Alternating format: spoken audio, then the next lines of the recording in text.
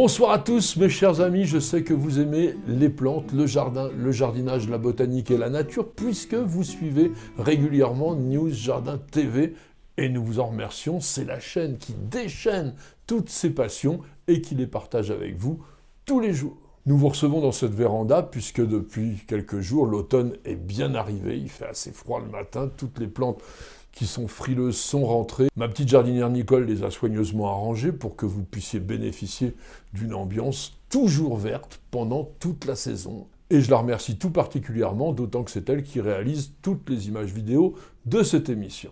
Et ce soir, nous vous accueillons pour le numéro 277 de notre émission journalière Le Quotidien du Jardin, cette émission qui vous est spécialement réservée et qui est tout à fait particulière dans la mesure où elle consiste à ce que je réponde chaque soir à l'une de vos questions. Alors surtout, continuez à nous en envoyer. Vous avez la possibilité d'aller sur notre site internet www.newsjardintv.com sur lequel il y a toutes les vidéos bien classées dans des catégories pour que vous puissiez vous y retrouver. Et vous avez bien entendu la possibilité de nous envoyer des mails avec des photos sur contact@newsjardintv.com. Et c'est avec Nicole, bien sûr, que nous sélectionnons vos questions. Et nous avons retenu pour ce soir celle de Rachel. Elle nous dit « Je voudrais savoir ce que je dois faire de mon Crocosmia qui a développé une belle touffe cette année et qui m'a offert une éclatante floraison. Faut-il l'arracher comme un dahlia ou est-ce qu'il peut passer l'hiver dans mon jardin en Limousin ?» Voyons donc déjà ce qu'est le Crocosmia. Ce genre a été créé en 1851 par le botaniste français Jules-Émile Planchon et il s'est inspiré des mots grecs crocos qui signifie safran et osmé odeur. Parce que lorsqu'elles sont séchées, elles dégagent une puissante odeur épicée qui rappelle nettement celle du safran. Et le safran, je vous le rappelle, c'est Crocus sativus, une plante qui appartient, comme le Crocosmia, à la famille des iridacées, dans laquelle on trouve aussi, évidemment, les iris. Il y a 9 espèces dans le genre Crocosmia qui sont homologuées, validées par la nomenclature botanique internationale, et ce sont toutes des plantes originaires d'Afrique, principalement d'Afrique du Sud, mais on en trouve jusqu'au Soudan. Et il y en a même une espèce très rare, décrite d'ailleurs seulement en 1990, c'est pour dire, qui est endémique de l'ouest de Madagascar. Elle s'appelle Crocosmia ambrongensis. Mais peut-être que si vous avez reconnu la plante sur les illustrations que je viens déjà de vous montrer, vous vous êtes dit « mais non, c'est un Montbressia ». Parce que ce nom est largement utilisé par les jardiniers, notamment pour désigner tous les cultivars, et ils sont très nombreux. Ce genre Montbressia est attribué depuis 1803 au botaniste suisse Augustin Pyramus de Candolle, mais en réalité, il a été créé par un botaniste français, au nom curieux, Alire Raffenot de Lille, et il a voulu rendre hommage à un confrère, Ernest Coquebert de Montbray, qui était le botaniste attitré de l'empereur Napoléon Ier et qui malheureusement mourut au Caire lors de la campagne égyptienne de Napoléon. Aujourd'hui, le genre Montbressia n'est plus valide et il est même considéré comme un synonyme de Tritonia, genre qui compte 84 taxons et qui a été créé en 1802 par le botaniste britannique John Bellenden Kerr Gawler. Et dans ce genre Tritonia, on y a ajouté quelques espèces qui étaient anciennement classées dans les Crocosmia, ce qui a certainement contribué à la confusion que je viens de vous détailler.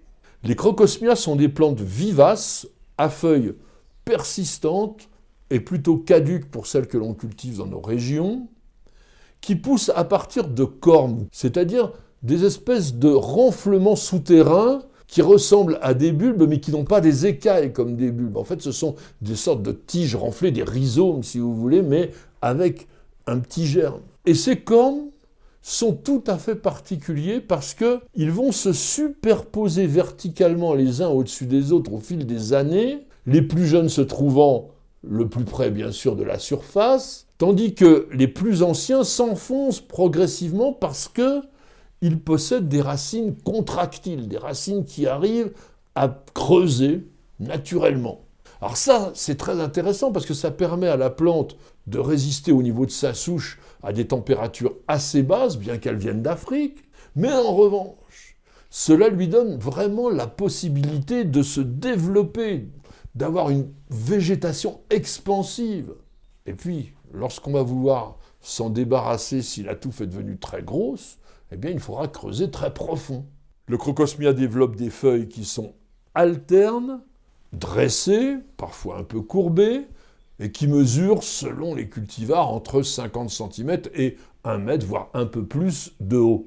Ce sont des feuilles dites ensiformes, c'est-à-dire en forme d'épée, avec un limbe qui présente des nervures parallèles et des bords lisses. En fait, ça ressemble pas mal à la feuille du glaïeul.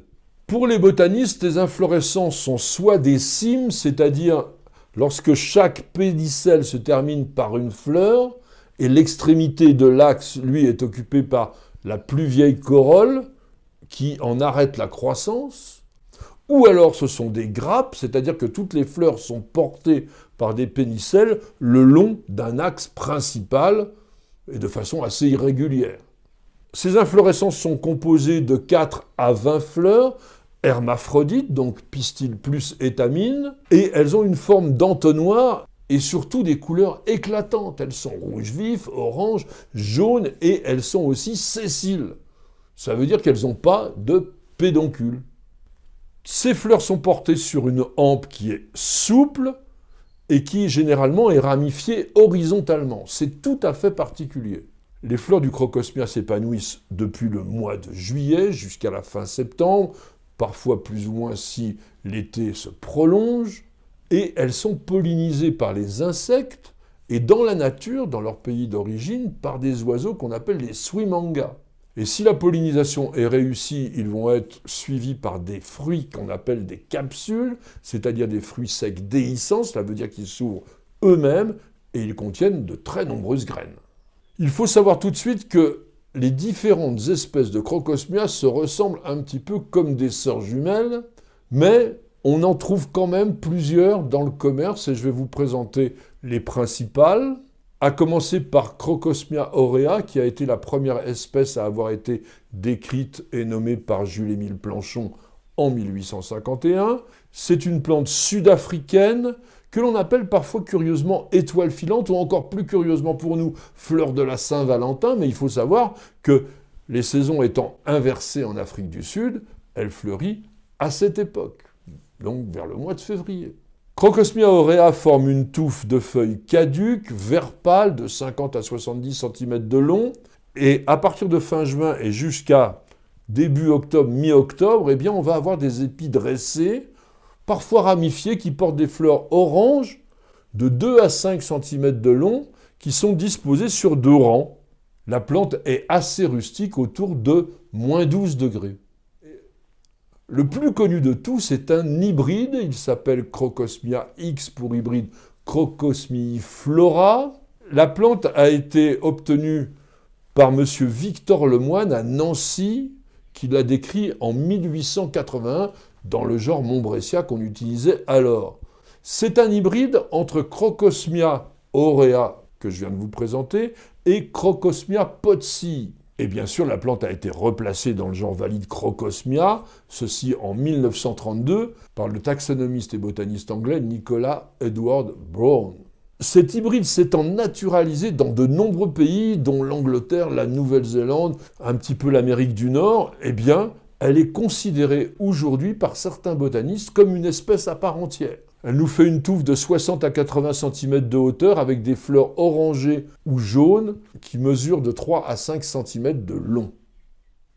Troisième et dernière espèce que je vous présente aujourd'hui, Crocosmia masoniorum, qui a été d'abord décrite en 1926 dans le genre Tritonia cette fois, par la botaniste et taxonomiste sud-africaine Harriet Margaret Louisa Bolles. Et cette espèce a été replacée dans le genre Crocosmia en 1932, toujours par Nicholas Edward Brown. C'est une plante qui ressemble beaucoup à Crocosmia aurea, mais les feuilles sont plus larges, les fleurs plus grandes, dirigées vers le haut, et il semblerait que ce soit le Crocosmia le plus rustique de tous, parce que certains annoncent même moins 25 degrés. Et puis les Crocosmia étant des plantes extrêmement décoratives, il est normal qu'il existe plusieurs centaines de cultivars. Alors je ne vais bien sûr pas vous les citer tous, Nous avons fait une petite sélection. Voici ceux que je vous propose, mais sachez quand même que ça se ressemble souvent beaucoup. Emily Mackenzie. La fleur est là très originale parce qu'elle est orange vif avec le cœur rouge acajou. Les fleurs sont orientées vers le bas, c'est une plante compacte de 60 cm qui résiste autour de moins 10 degrés. George Davidson s'appelle aussi parfois Golden Glory ou Citronella. Il se caractérise par une très longue floraison jaune doré avec des boutons orange. C'est une plante trapue aux feuilles assez souples qui mesure entre 50 et 60 cm de haut et la rusticité est là aussi autour de moins 10 degrés. Lucifer, c'est sans doute le crocosmia qui est le plus planté dans notre pays. C'est une plante ample, vigoureuse, qui atteint au moins 1 mètre de hauteur et qui va porter pendant plusieurs semaines des fleurs rouge-orangées, très très lumineuses, on dirait du feu, comme le feu des enfers, et qui s'épanouissent sur des hampes arquées. La rusticité est autour de moins 12 degrés. Il y a énormément de crocosmia qui ont des fleurs rouge vif ou rouge orangé. Mistral, Red King, Firebird, ça se ressemble comme des sœurs. Ce sont des plantes d'autour de 80 cm de haut pour une rusticité de moins 10 degrés. Paul's Best Yellow est forcément à fleurs jaunes et c'est une touffe très généreuse qui peut dépasser 1 mètre de hauteur. Les fleurs sont en grappe, dans un jaune plutôt soufré, un peu orangé, avec une rusticité autour de moins 12 degrés. Et puis on terminera cette énumération par Rowalan Yellow, qui est une plante beaucoup plus compacte, 60 cm, et dont les fleurs évoluent de l'orange au jaune d'or. La floraison est un peu plus courte que la plupart des autres crocosmia, simplement juillet-août, rusticité autour de moins 10 degrés. Quelques conseils de culture pour finir. Plantez les cornes de crocosmia au printemps, lorsque les gelées ne sont plus à craindre, à 8-10 cm de profondeur. Il faut que le sol soit sablonneux, donc poreux, pas trop fertile, mais qui puisse rester quand même un peu frais pendant l'été, et en revanche qu'il draine parfaitement pendant l'hiver. Surtout pas d'humidité stagnante, ça fait pourrir les cornes. L'exposition idéale, c'est le plein soleil, mais la mi-ombre convient bien. Dans notre jardin, on réussit crocosmia à mi-ombre, et c'est une plante franchement très facile. Au niveau de la rusticité, je vous ai dit moins 10, moins 12, eh bien la première année, lorsque la plante est encore jeune, vous allez pailler copieusement le sol en automne. Si vous habitez une région où les gels sont importants et surtout les hivers un peu longs, eh bien maintenez un gros paillis d'environ 20 cm pendant toute la mauvaise période, ou bien vous pouvez arracher une partie de la souche et puis conserver les cornes, un peu effectivement comme disait notre internaute, comme les tubercules de dahlia, au sec, hors gel et à l'obscurité totale, donc une cave, un grenier, conviendront très bien. Dans votre jardin, vous allez utiliser les crocosmia en massif. Vous pouvez les associer avec tous les types de plantes vivaces ou d'arbustes que vous souhaitez. C'est une plante qui se marie parfaitement, notamment avec des fleurs blanches qui remettent sa couleur en valeur. Merci à tous et à chacun de nous avoir suivis. J'espère que vous avez passé un bon moment dans ce voyage africain à la découverte des crocosmias. Ce sont des plantes que je vous recommande tout particulièrement. C'est un enchantement et surtout une explosion de couleurs. Attention toutefois quand même à leur comportement parfois un peu envahissant. Dans certains pays, ils sont sur la liste des plantes invasives à éliminer. Pas chez nous, heureusement. En tous les cas, merci d'avoir posé la question. Continuez à nous exiger de nouveaux challenges. Tout ce qui vous intéresse sur le plan botanique et jardin nous intéresse également et nous permet de jour en jour de constituer ensemble une véritable encyclopédie des plantes et du jardin en vidéo. Madame, monsieur, je vous souhaite de passer une excellente soirée et je vous donne rendez-vous dès demain pour de nouvelles aventures jardinières et bien sûr pour un nouveau numéro de notre émission journalière Le Quotidien du Jardin. C'est sur News Jardin TV et nulle part ailleurs.